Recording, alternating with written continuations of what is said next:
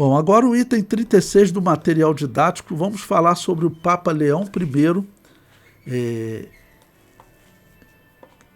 e o ano de 449 da era cristã. Bom, Leão I, que era Papa de 440 a 461, escreveu a obra que ficou conhecida como Tomo do Leão, uma obra importante para a história da Igreja Católica, né? Onde defende a doutrina que afirma que Deus morreu na cruz, como ensinava Orígenes, Alexandre e Atanásio. Veja o que diz parte dessa obra. Então, agora, no ano 449. Quem crê em Deus, onipotente Pai, demonstra ser o Filho sempiterno como ele, em nada diferente do Pai. Então, por que eles insistem em dizer que Jesus Cristo ele é o Deus eterno? Para dizer que Deus morreu na cruz. Você vai ver que é a continuidade. Porque Deus de Deus, onipotente do onipotente, nasceu coeterno do eterno, não é posterior no tempo, nem inferior em poder, nem desigual em glória, nem separado quanto à essência. Salvaguardas, pois, as propriedades de ambas as naturezas e substâncias. Aí eu destaquei aí, olha, unidas numa só pessoa. Foi assumida a humildade pela majestade, pela força a fraqueza, pela eternidade a mortandade. Ou seja, fala uma série de coisas, mas destaque isso que eu marquei ali, unida numa só pessoa, o que a Bíblia não afirma, né? Parece ser elementar. Dignou-se o Deus impassível tornar-se homem passível e o imortal submeter-se às leis da morte. Ou seja, Deus morreu. O imortal se tornou mortal, Deus morreu. Para obter o débito de nossa condição, a natureza inviolável uniu-se à passível. Assim como remédio conveniente à nossa cura, um só e mesmo mediador entre Deus e o homem Cristo Jesus, de um lado, podia morrer e do outro lado não podia. Ou seja, ele está reclamando aqui daqueles que diziam que Deus não podia morrer, que Deus não pode morrer. Porque, claro, a questão está dividida. Tinham muitos que não aceitavam pregar isso. Porque, claro, alguém que conseguia pensar um pouco, né? Porque não faz sentido você pregar que Deus morreu.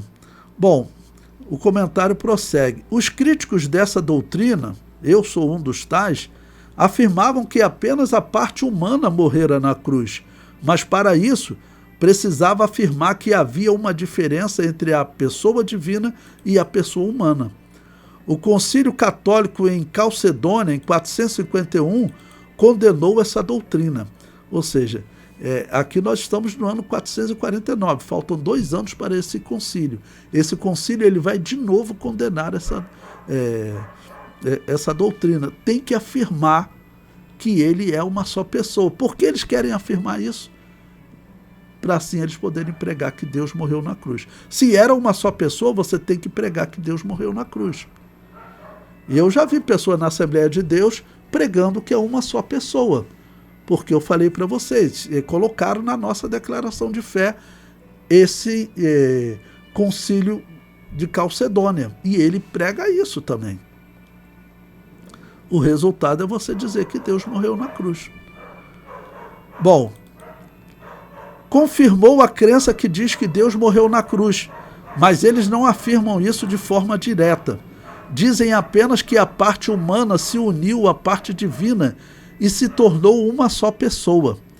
Assim, a doutrina satânica da morte de Deus, pregada por católicos, protestantes e reformados, fica oculta. O que nós lembramos isso? Nós lembramos lá de 2 Pedro, capítulo 2, versículo 1, segunda carta de Pedro, capítulo 2, versículo 1, em que ele diz o seguinte: e também houve entre o povo falsos profetas, como entre vós haverá também falsos doutores que introduzirão encobertamente heresias. O que é isso? Introduzir encobertamente. É você introduzir doutrinas de maneira que as pessoas não percebam.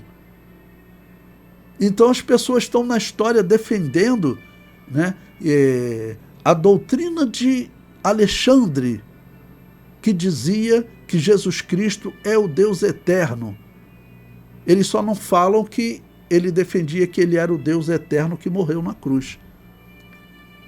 Eles colocam isso de forma oculta. Mas tem historiadores deles que tem uma hora que você tem que falar. E eles falam, né, que Deus morreu na cruz. Como esse historiador que eu mostrei para vocês, Daniel Rupes, dizendo, nós já não podemos nem mais dizer que Deus morreu na cruz. Ou aqui o Papa também defendendo, né, que era uma só pessoa e criticando aqueles que dizem que como Deus ele não podia morrer. Claro que como Deus ele podia morrer. Eles fazem questão de defender essa heresia, né?